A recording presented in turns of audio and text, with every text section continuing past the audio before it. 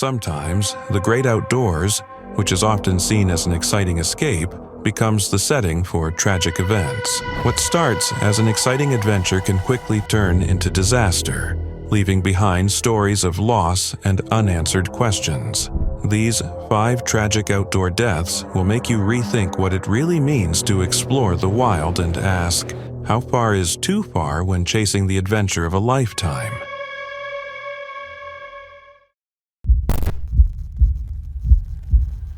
Mount Everest, the ultimate test of human endurance, has claimed many lives, but few stories are as haunting as that of Hannelore Schmatz.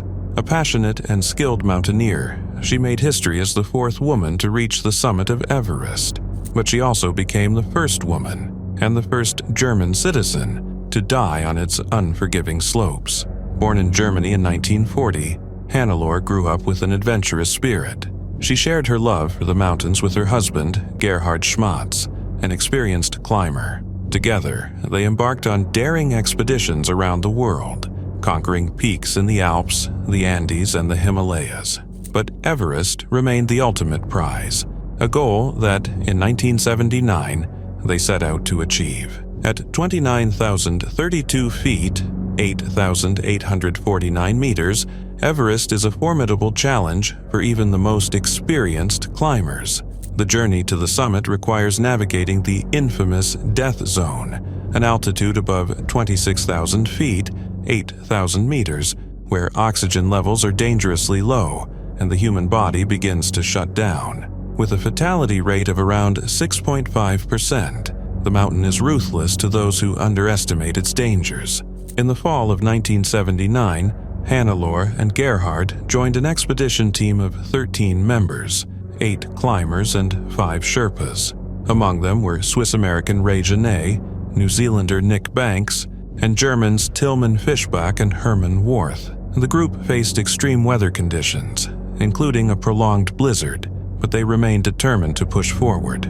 The expedition split into 2 teams at Camp 3. On October 1st, Gerhard led the first group to the summit, making history as the oldest person to reach the top at age 50. His team successfully descended to Camp 2 the next day. Meanwhile, Hannelore's group set off at dawn on October 2nd, despite worsening weather. Gerhard, speaking via walkie-talkie, warned her to reconsider, but she pressed on. By early afternoon, she and her teammates reached the peak. It was a moment of triumph, but also the beginning of a catastrophe. The descent turned deadly. Exhaustion and brutal conditions drained Hannelore's strength. Genet ran out of oxygen, and as darkness fell, both climbers were too weak to continue. Against the warnings of their Sherpa guides, they made the fateful decision to bivouac at 28,000 feet, 8,500 meters. It was a lethal mistake. As temperatures plummeted and winds howled, the freezing night took its toll. By morning, Genet had succumbed to hypothermia. Sungdair's Sherpa, who had stayed behind with them, tried to help Hannelore down, but she was barely conscious, just 330 feet, 100 meters above Camp 4. She collapsed. Her last words were a desperate whisper, "Water, water," before she succumbed to the mountain's grip. She was only 39. Sungdair, frostbitten and barely alive, managed to reach a rescue team. He survived but lost most of his fingers and toes. For years, Hannelore's body remained a chilling landmark on Everest's southern route, frozen in a seated position against her backpack. Her eyes wide open, her hair whipped by the wind, she became a spectral presence on the mountain. Climbers described her as a sinister guard, a stark reminder of Everest's unforgiving nature. While Genet's body was eventually buried by snowfall, Hannelore's remained visible until 1984, when the mountain finally claimed her. Strong winds swept her remains over the Kangshung face, and she was lost from sight forever. Even today, over 200 bodies remain on Everest, silent witnesses to the mountain's relentless power. Gerhard, who survived the expedition, later reflected on his wife's fate. The team came home, but I alone, without my beloved Hannelore. Her legacy endures, a testament to both the triumphs and the tragedies that come with chasing the heights of the world's deadliest peak. On a warm summer night in 1974, Disneyland, the so-called happiest place on Earth, became the site of an unthinkable tragedy. An 18-year-old employee named Deborah Gale Stone was killed in a horrifying accident at the America Sings attraction, a newly opened musical show celebrating American history.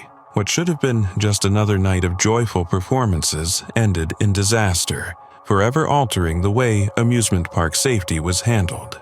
The evening of July 8th had begun like any other for Deborah. A recent high school graduate from Santa Ana, California, she had taken a summer job at Disneyland, thrilled to be working in a place filled with magic and wonder. Her role as a hostess for America Sings was simple but essential, greeting guests as they settled into the rotating theater. America Sings had only been open for a little over a week, having debuted on June 29th as a replacement for the Carousel of Progress.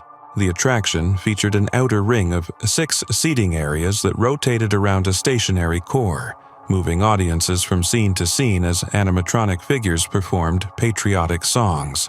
The concept was innovative, but hidden within its moving parts was a lethal design flaw.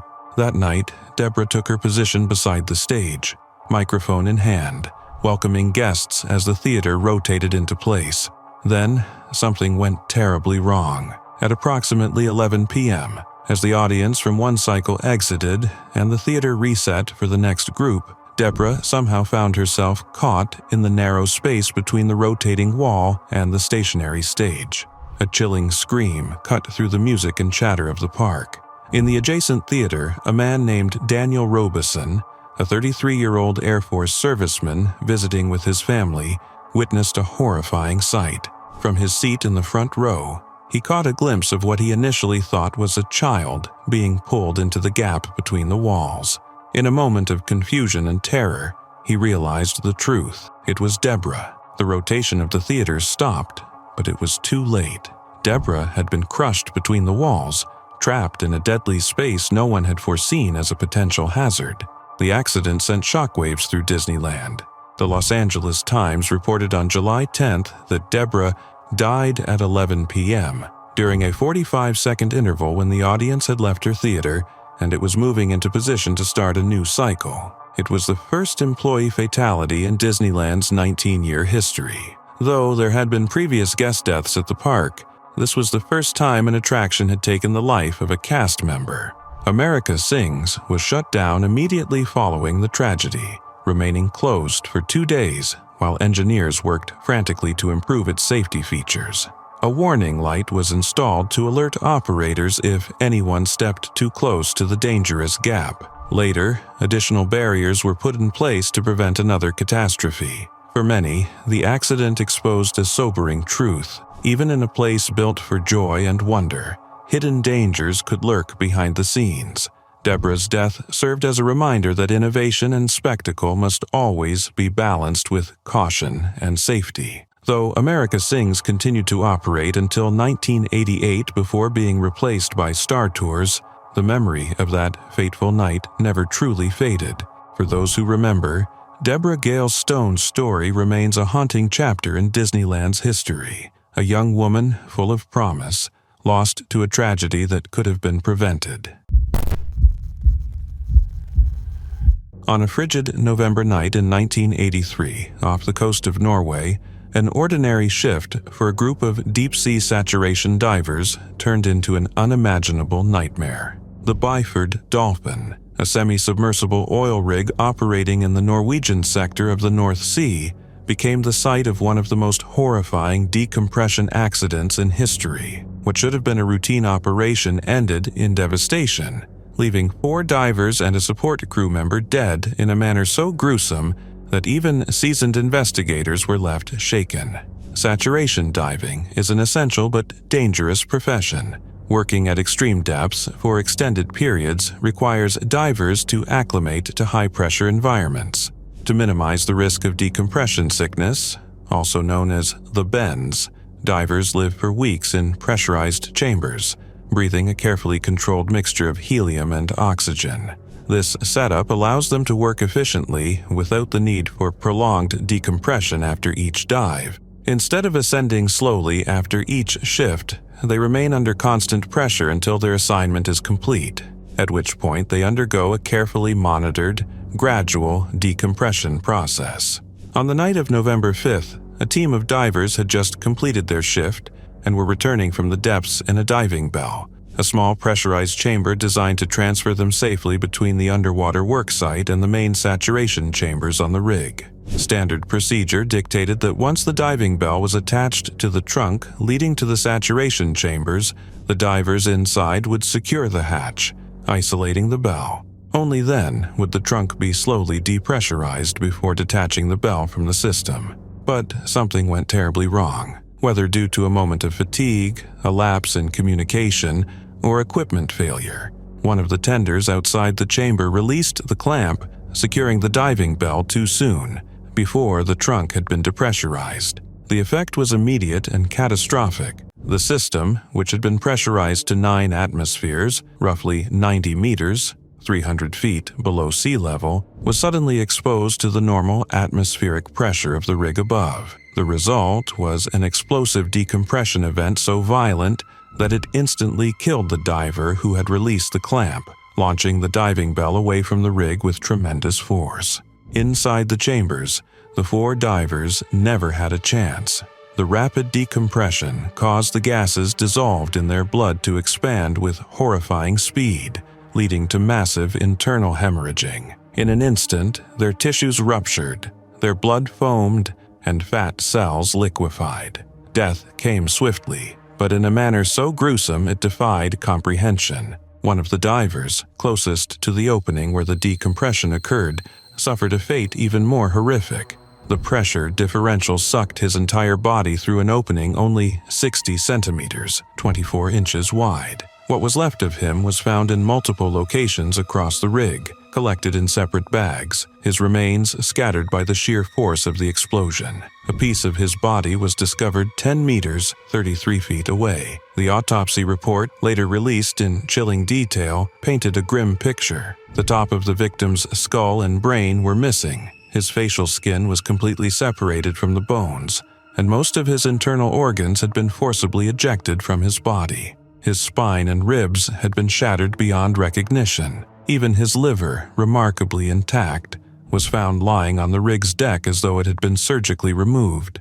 The sheer brutality of the accident was enough to shake the diving community to the core. The families of the deceased spent over 2 decades fighting for justice, demanding an investigation into the failures that led to such a horrifying disaster. After 26 years, an official report concluded that serious flaws in the Byford Dolphin's equipment and procedures were to blame, finally bringing some measure of accountability. Though safety protocols were improved in the years following the tragedy, the events of that night remain a haunting proof of the deadly risks faced by deep-sea divers.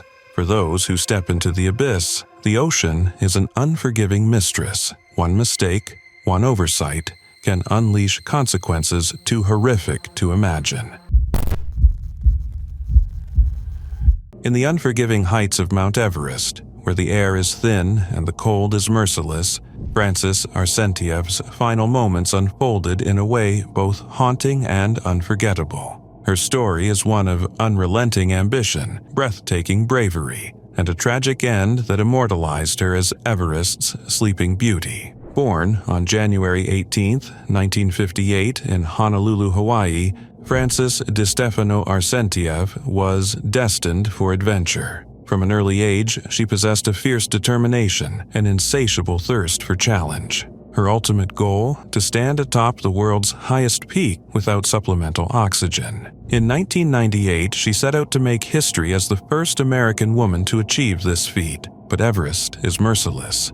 The climb demands everything from those who dare to challenge it. Oxygen levels plummet, temperatures drop to lethal lows, and even the strongest bodies begin to shut down. For Frances, the cost of her dream was steep. Despite overwhelming exhaustion, the brutal separation from her husband, and the sheer mental and physical toll of the climb, she pressed on. Against all odds, she reached the summit, but the true battle had only just begun. The descent, always more treacherous than the climb, became her undoing. Somewhere along the way, she became disoriented.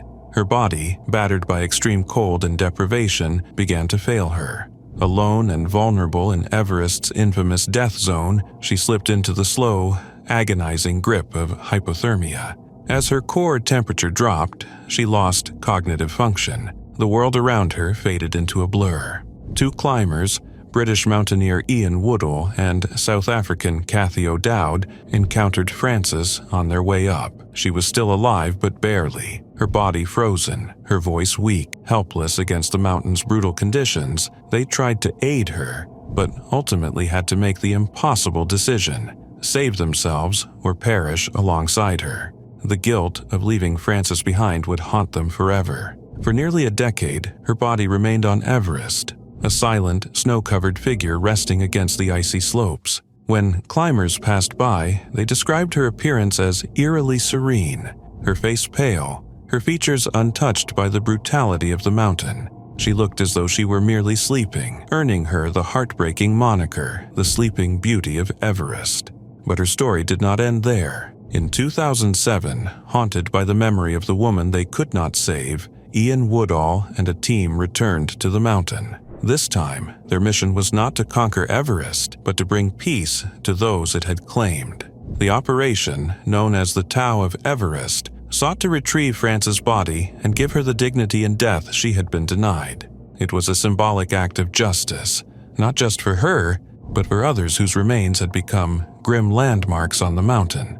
Among them, the infamous Green Boots and David Sharp. Frances' body was finally moved from its exposed position, allowing her to rest beyond the reach of passing climbers. The mission was hailed as a heroic gesture, an effort to honor those who had given everything to Everest. Her story remains one of both triumph and tragedy. She reached the top of the world, but the mountain refused to let her go. Her legacy, however, endures, not just as a cautionary tale of Everest's dangers, but as a testament to the human spirit's relentless pursuit of greatness. The Sleeping Beauty of Everest will never be forgotten. On a crisp, cold morning in October 2022, in the shadow of the towering Garhwal Himalayas, a group of climbers set out with the hope of summiting Draupadi Ka Danda 2, DKD2, a daunting peak rising to 18,600 feet. But for some, that ambition would be their last, as an avalanche of unimaginable force swept through them, leaving devastation in its wake. Ankush Sharma, only 23 years old, was one of the climbers that morning. As part of an advanced mountaineering course with the Nehru Institute of Mountaineering, EM, Sharma was prepared for the challenges that lay ahead, though no one could have predicted the deadly force that would strike. The group had set off early, just after 3:30 a.m. from Camp 1, nestled at 15,800 feet. As the climbers ascended into the early darkness, their headlamps flickered like fireflies against the snow. The air was thin, and the temperature was dropping, but they pressed on. Among the climbers was Sunil Lalwani, a 28-year-old former marketing professional who had left the bustle of city life for the silence of the mountains. For him, climbing DKD2 wasn't just a challenge, it was a chance to test his limits. Deep Thakkar, also 28, was determined to reach the summit of DKD2, his first 5,000-meter peak. A fund manager by trade, Thakkar had relocated to Himachal Pradesh to pursue his passion for mountaineering. The summit beckoned, promising to make their dreams a reality. The weather that day was deceptively calm. Snow fell lightly in the early hours, a slight breeze that the climbers barely noticed. By the time they reached Rambo Rock at 16,800 feet, the team had clipped into their first fixed rope, making their way up through a rocky section, carefully avoiding cracks in the glacier below. As dawn's first light began to creep over the horizon, a sense of cautious optimism filled the air. The group moved in tight formation, each climber following the other, ropes connecting them in a lifeline. Their progress was slow, but steady. The snow was deep, and the climb was grueling. But the summit came into view, a sight that filled Thakkar's heart with exhilaration. The final stretch lay ahead. At 8:30 a.m., Sharma reached the summit snowfield and unclipped himself from the fixed line. He was nearly there, just a few more steps. But then, without warning, disaster struck. A deep crack, almost imperceptible, ripped through the slope above them. It released a massive avalanche, cascading downward like a roaring beast. The avalanche moved with brutal force. What had been a hopeful ascent turned into a chaotic nightmare in an instant. Snow and ice tore down the mountainside, sweeping climbers off their feet. Thakar, just below, could do nothing but watch in horror as his companions were taken by the slide. Lalwani, tangled in the snow, plunged his ice axe into the freezing slope, desperately trying to arrest the slide. But it was futile. The snow surged around him, and within moments he too was consumed by the wave of ice and snow. Sharma, nearing the summit, turned back in confusion. His world, once filled with hope, had gone eerily silent. The fixed ropes, their only connection to the others, were gone. His friends were gone. There was no sound, no cries for help, just the haunting silence of the mountain. What happened? Sharma would later reflect. Everything happened in the blink of an eye, and everything happened in silence. The avalanche, relentless and indiscriminate, tore through the climbers. The once calm and exhilarating climb turned into a desperate fight for survival. The mountain claimed more than just their dreams. It took lives, erasing them as if they had never been there at all.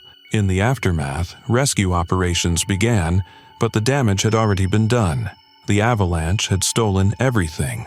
Lives, aspirations, and the hope of a successful summit all vanished in an instant.